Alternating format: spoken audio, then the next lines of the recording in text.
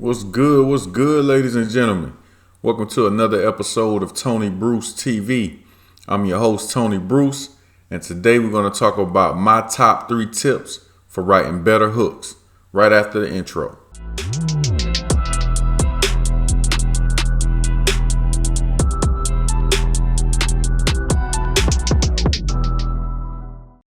And just like that, ladies and gentlemen, we back.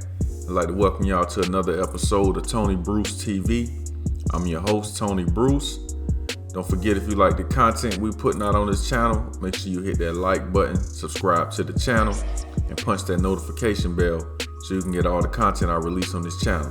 I drop videos twice a week, and if you feel like this information can help anybody in your circle, friend, family member, or whatever, make sure you share that with them also. Now, with that out of the way, let's go ahead and get into today's discussion, which is my top 3 tips for writing better hooks or choruses. And I guess this is going to be, specifically for my songwriters out there. So like I said, these are just my top 3 tips for writing better hooks. You may have yours, and if you do have your tips, please leave those in the comment section. That'll be helpful to the community. I'm check those out. Don't be surprised if I may use some of your tips, but good tips are good tips. So these are just my top 3. Some of you may already do them, but anyway, let's get into it. So, top 1, my number 1 trick for writing better hooks. I like to go and listen to the beat or the instrumental for a day or two, sometimes a week.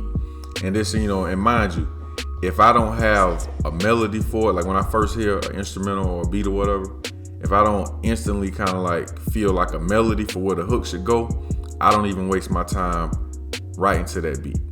So this is like after I've already heard the beat and I got kind of like a general melody in my head of how I want the hook or the chorus to go.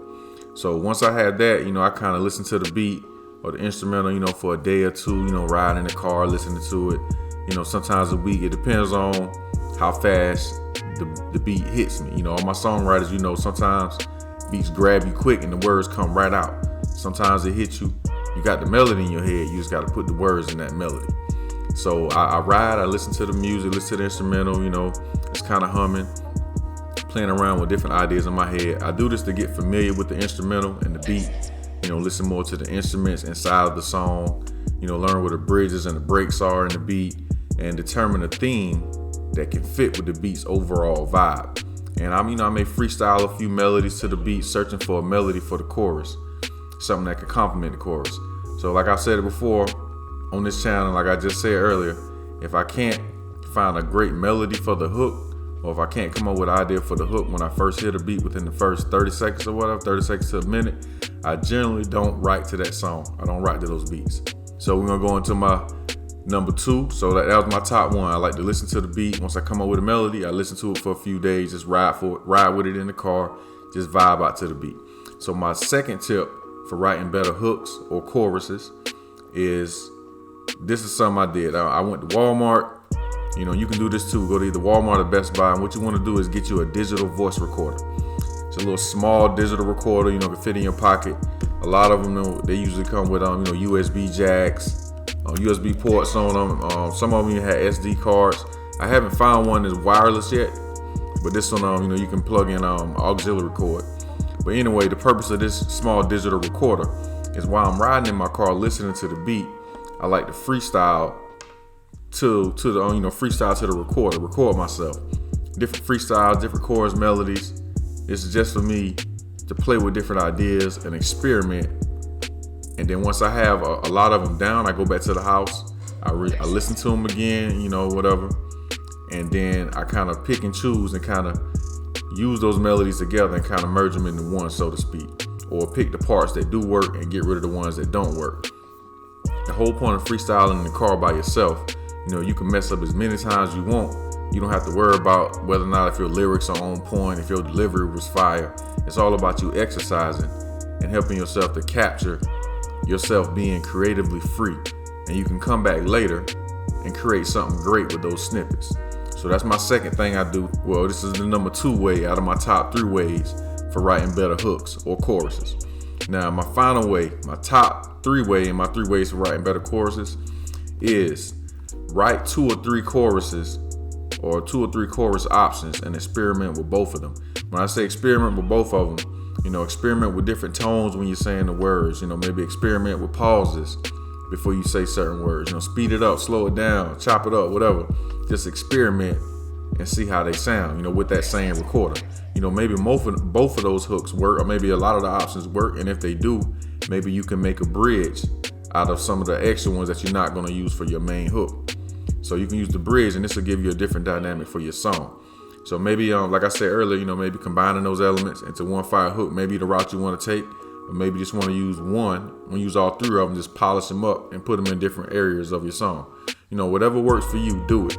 But the goal is to experiment with a few different chorus options until you find something that sounds and feels good. Music theory, that's cool supplemental information to know, but you don't need to know music theory to make a hit song. And those were just, my top 3 ways for writing better hooks or choruses for your songs. I know this video went a little bit longer than I anticipated, but as long as the information is helpful and you ladies and gentlemen can take this information and apply it to your songwriting. You guys may have some other tips that you implement throughout your songwriting process. I'm interested to know what tips you guys may have, so leave your writing tips in the comment section to help the community out. Once again, I'm Tony Bruce. Before I go, y'all know I like to leave y'all with a book also, something to help you along your journey.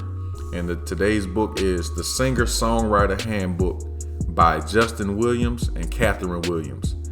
That's The Singer-Songwriter Handbook by Justin Williams and Catherine Williams. Don't forget, if you have anything in particular you would like me to cover on this channel, make sure you leave that in the comment section. I drop videos twice a week. This has been another episode of Tony Bruce TV. I'm your host, Tony Bruce. Connect with me on Instagram at Tony Bruce TV, and I'm on Facebook at Tony Bruce Music. So until next time, remember, everybody make moves, not excuses. Y'all be safe, and I'm out.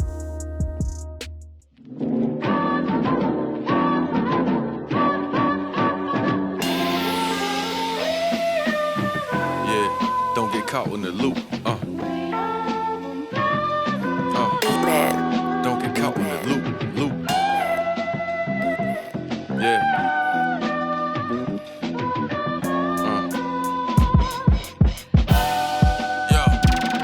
He been thugging since a youngin', he just wanna be down. So now he moving with criminals, said he wanted the crown.